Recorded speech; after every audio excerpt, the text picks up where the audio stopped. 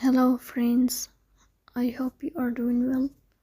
Today we will talk about how to fix or how to solve the problem of not installed on the application of Pokémon Go. We go to settings.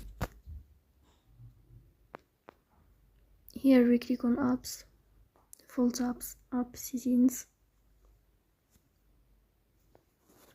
Then here we search about Pokémon Go and we click. Here we go to first stop and we click OK. Then you will enter to the window of storage. Here we click on clear cache.